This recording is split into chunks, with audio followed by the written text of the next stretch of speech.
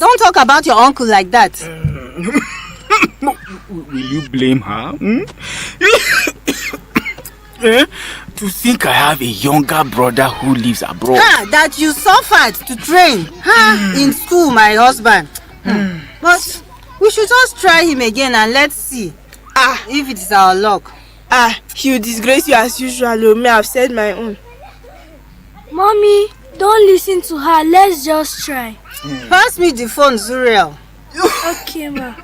Take mommy. Thank you, my dear.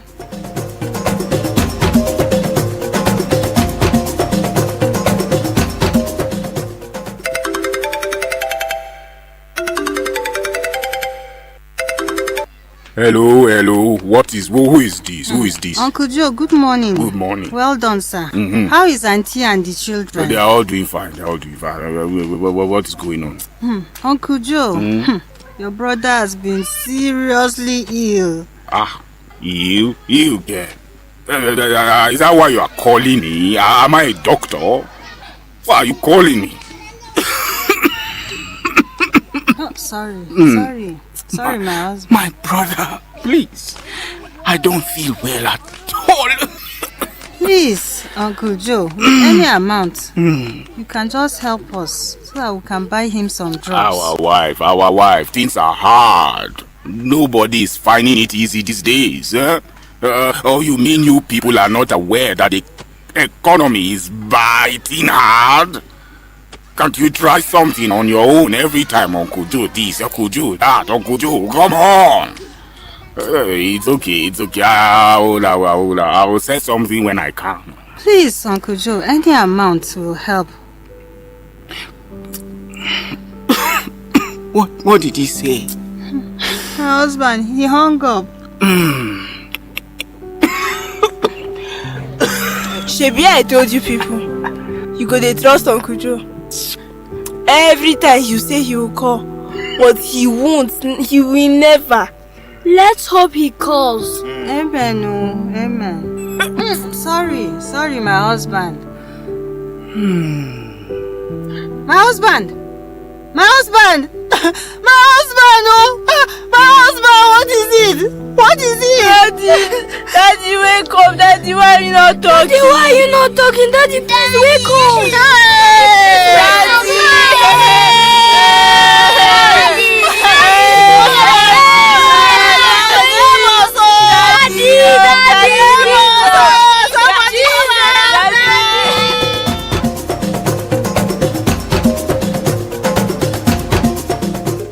Join us next week for another edition of I Wish I Knew Radio Drama. I Wish I Knew Radio Drama is brought to you by Media Coalition and Awareness to Halt Human Trafficking, MACARD, in partnership with National Agency for the Prohibition of Trafficking in Persons, NAPTIP, and funded by the Denmark Embassy, Nigeria.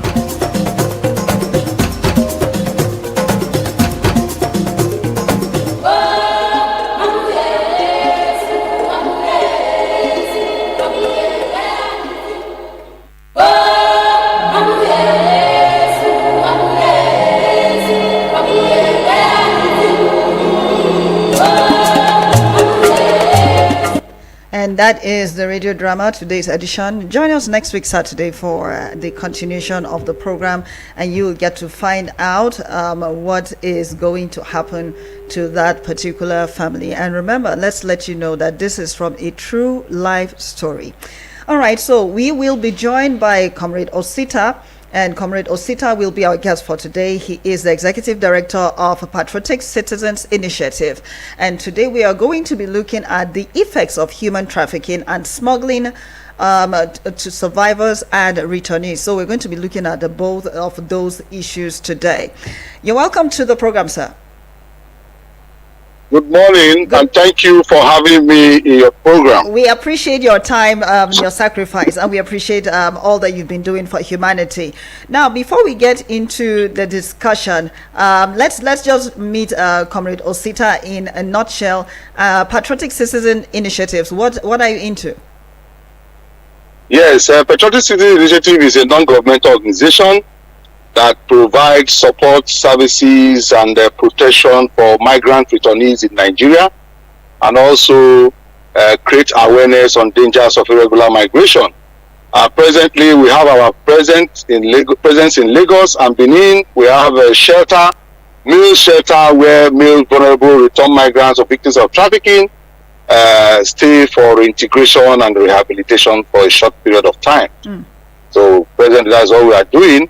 And we also provide return assistance and reintegration for returnees from Europe, especially Denmark and Holland, Netherlands. We would like to commend you for all you do, sir. Thank you so much. Now, looking at some of those areas that you just mentioned in your introduction, what has been your experience with working with the survivors in general?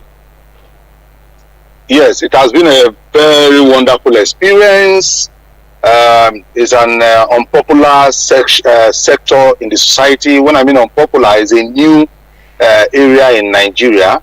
You know, the issue of reintegration and provision of protection to survivors is something that just started about 20 years ago through the establishment of NAPTIP, you know, at the Human Trafficking Agency. And it has been something that a lot of organizations and a lot of people have been trying to study to understand how to best provide support for these victims and also provide them with the necessary protection. Yes.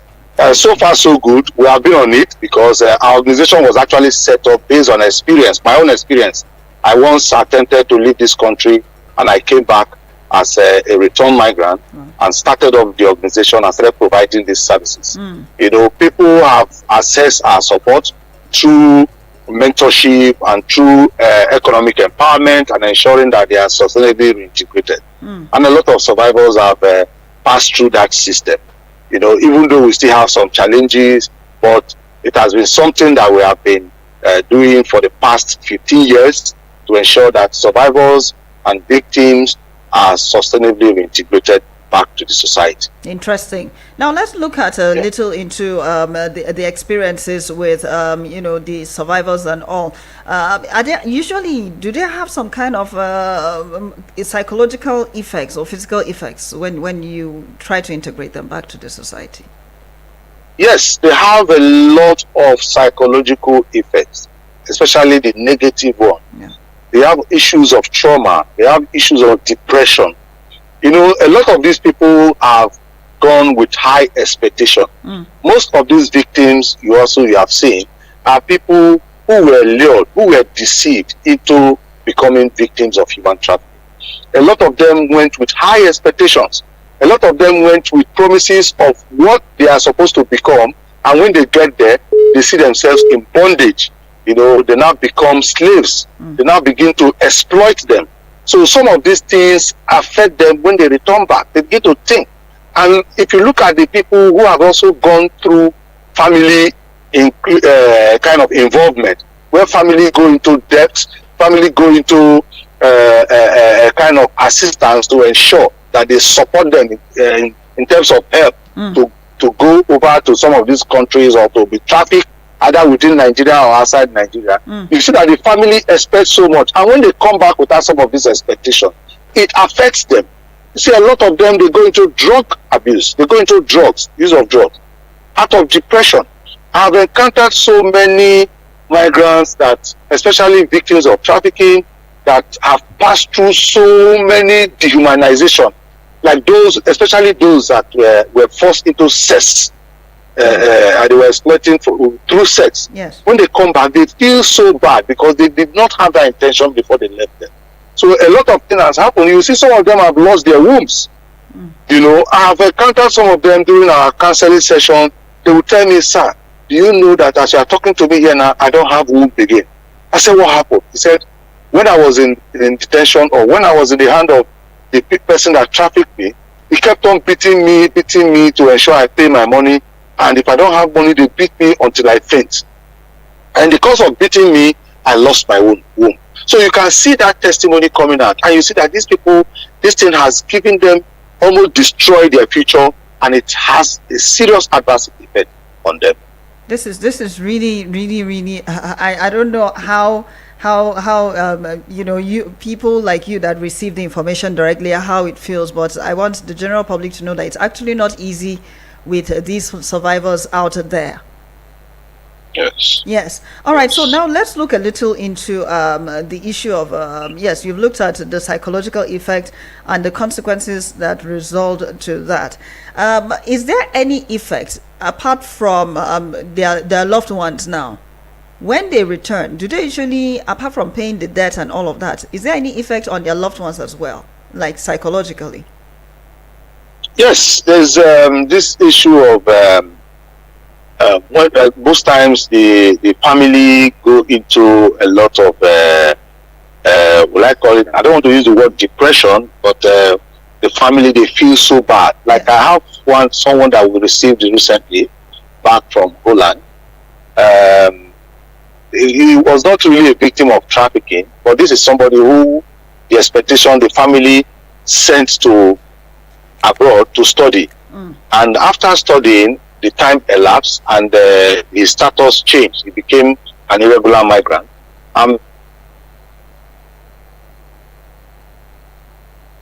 Hello, comrade, are you there? Alternative. Hello, comrade, are you there?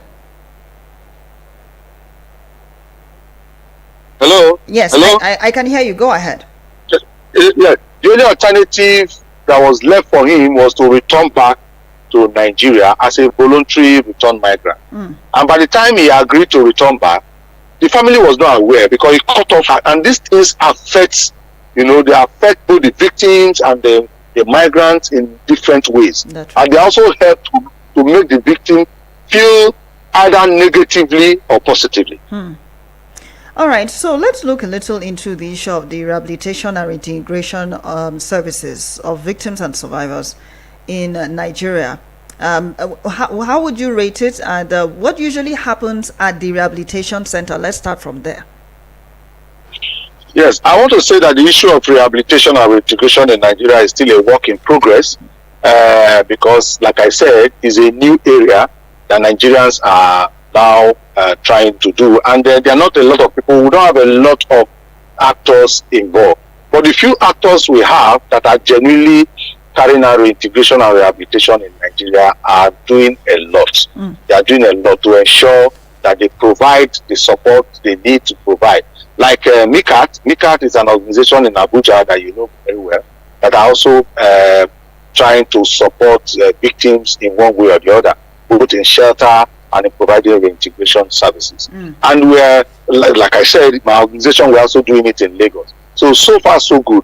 The ones that are working, they are doing it in a way and trying to step up their standards with the cooperation of some of the international partners, some of the national partners also as well, and government partners, to ensure that I will provide sustainable reintegration. But the major problem we are having is that in Nigeria, we have not seen reintegration and rehabilitation of these victims as a major priority, something that should be embedded in the system to ensure that to help absorb victims and make them champions. Even though I know that like NAPTIP, as an example, have tried in so many ways to ensure that victims, when they are rehabilitated, we have so many victims that are working in NAPTIP now as staffs, as counselors, yes, and as counselors, which I feel is a very good practice, to help ensure that reintegration is sustainable. Like even in our shelter, we have some victims or some returnees that we have absorbed as staffs and volunteers to also carry them and give them sense of belonging to make sure that they recover fast. So these approaches have been adopted, and is a very good approach in Nigeria, and that I feel that we can do better. But so far so good. Yes. Reintegration and rehabilitation in Nigeria is a work in progress. Well, what is the role when they are what kind of activity happens during the reintegration process and the rehabilitation? What do they go through? Yes, there are a lot of activities, like the issue of psychosocial support, the issue of counseling and psychosocial. They have a lot of therapy, a lot of our empowerment programs, because it's not a one-off activity.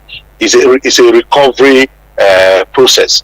It has to a lot of things that will make them come back and give them that self-dignity. Because one of the things that happens to victims is this issue of low self-esteem.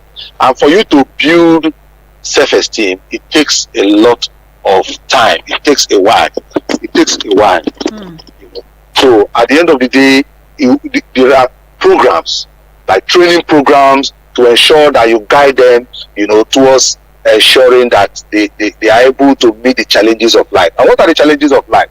We have found out that survival, to survive in Nigeria, you need to be empowered. You need to have skills. So some of these things are the activities that we ensure. While you are building them, their courage, while you are building their life skill, you know, you're also building their vocational skill. That's right. So these are the things that we do, yes, to ensure that they come back to the system. Sometimes you find, have you found cases where families will prefer, would not want their loved ones to be taken for rehabilitation? They just want to bring them back home straight. And is there any downside to doing that? There are so many cases. There are some families who will tell you they don't want support. Why there are a lot of people too where you don't have, they will tell you, okay, there is no problem about that support. And reintegration in Nigeria have also gone a step higher. That family.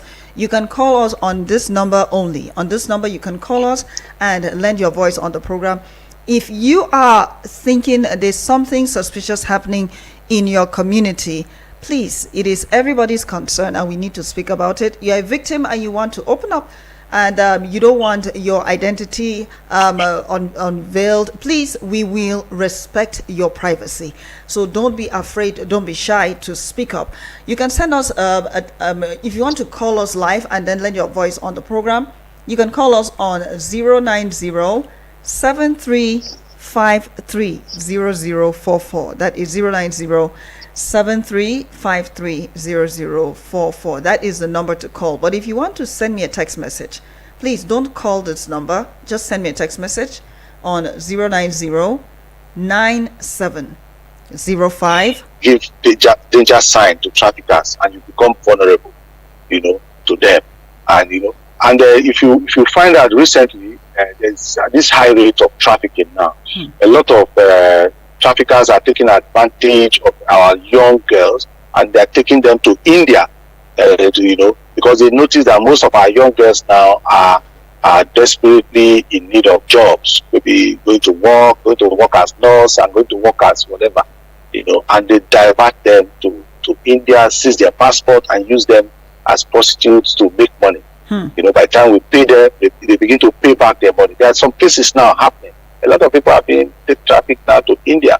So they have diverted their issues. So traffickers capitalize on the vulnerability of this issue of unemployment and the issue of trying to ensure that they meet up with the family needs, you know, and sell fake. We have migration centers in Nigeria now, migrant resource centers, where you can seek advice. People should begin to probe information that they hear. You know, that is why it is not also good for us to be too desperate. Most times you see that desperation leads us to some of these things. And these traffickers have a way of telling you that don't let another person know. Most times when you see some information, ask questions. Ask questions. Anybody can be a victim. It doesn't matter the level you are in life. You can be very highly qualified, you can be highly educated, you can be low qualified, you can be less educated, but it depends on the kind of information around you. Ask questions, probe the information before you go to generate income. But by the time migration becomes a problem, like we're having it in some part of Nigeria, where people now migrate and become victims of trafficking, it becomes a problem, you know. So it is our duty to ensure that we tell people that if you must migrate, make sure you do it the right way and ask questions. Do not make yourself to fall victims of trafficking. So people who say they don't want to travel, they don't want to do this, traveling is one of the best things that happens. You know, it's part of education. Is most of us you see in this life, we all migrated from one place to another. Right. But this modern migration contributes to the economic development of every nation. So we should learn to be our brother's keeper by ensuring that we provide the right information to our brother. And when they want to fall victim, let us